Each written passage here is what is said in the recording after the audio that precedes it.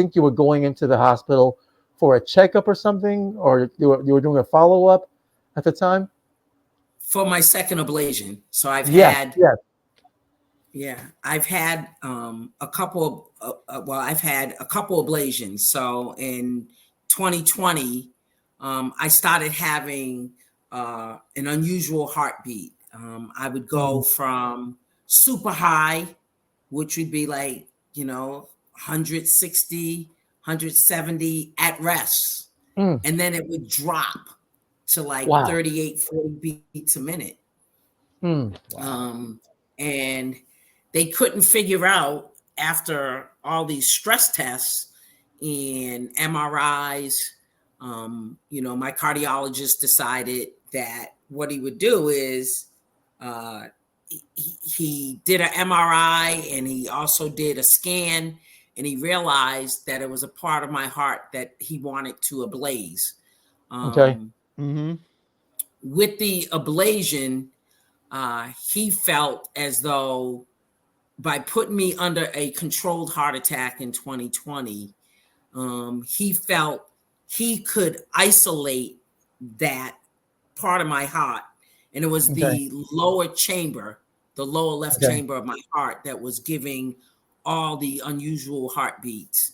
And he felt by ablazing that, he would determine whether I actually needed a defibrillator, because his biggest concern was, would I have a silent heart attack Whoa. because of my spikes and my Okay. drops. Okay. Greg, explain how that works when they do the controlled heart attack, because Um, it happened to me.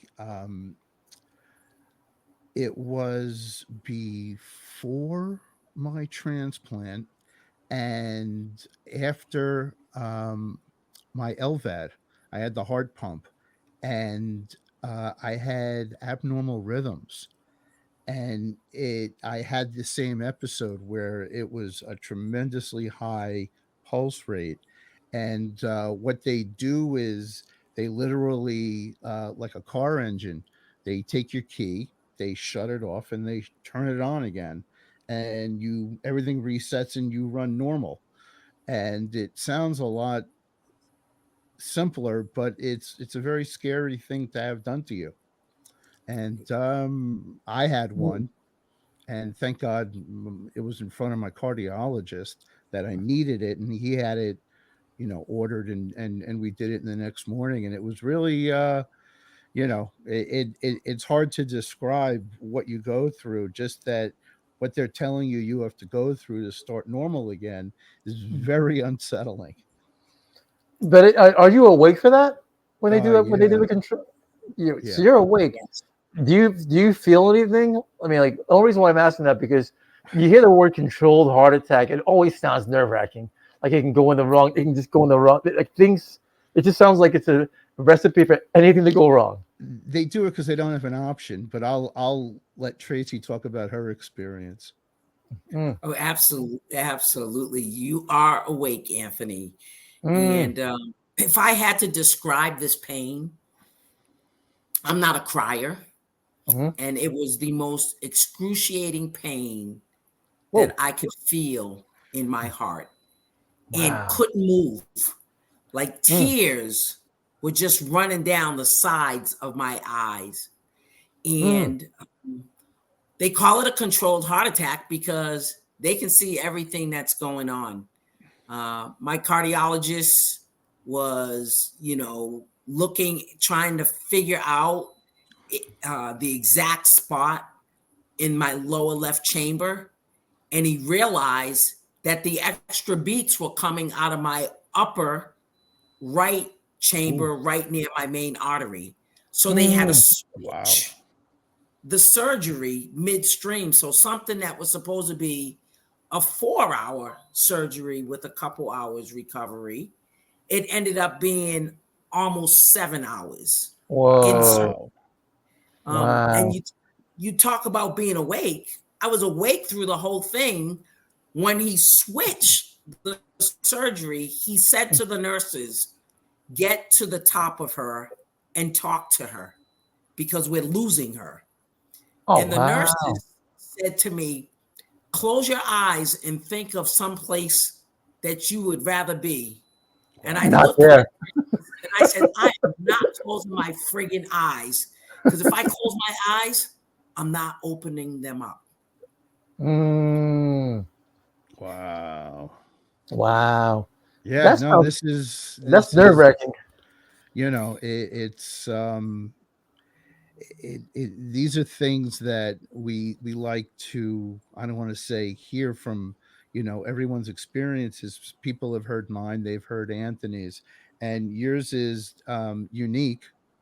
And what we try and do is give that first person experience about, what it is that, what would you tell other people that it you went through this, and you never expect anything that's going to happen like that. And when they tell you think of another place, and I mean, eventually you do, you're under a lot of stress, you're under a lot of aggravation, there's all this emergency going on. And when you got through it, what were you feeling? I mean, through it. Through the whole process, When you say through it, Greg, No, what, the like surgery what? after you Okay. recovered, like you were in the recovery room and it's over and they say you did fine. well, I was in the recovery room just thankful. Just Mm-hmm. it just felt like I was exhausted. Um, and all I did was I just cried and cried, to be honest. Mm-hmm. It was Mm, tears of joy that I was still here. You I know, called my and daughter right away. blessings, and you pull through, and you move on. yep. And Right. just, I've been through it a couple times, and you always look to a higher power for your strength. Yep. And Absolutely. and it changes you, and it puts you in a new perspective. So how long were you in the hospital after the surgery? Well, I'm a fighter. Okay. Uh-oh. It sounds like Oh, 48 I hours. figured that much based upon what little I've learned about you. I figured that you're someone who does not mind kicking ass, and at I'm the a same fighter. time, yep.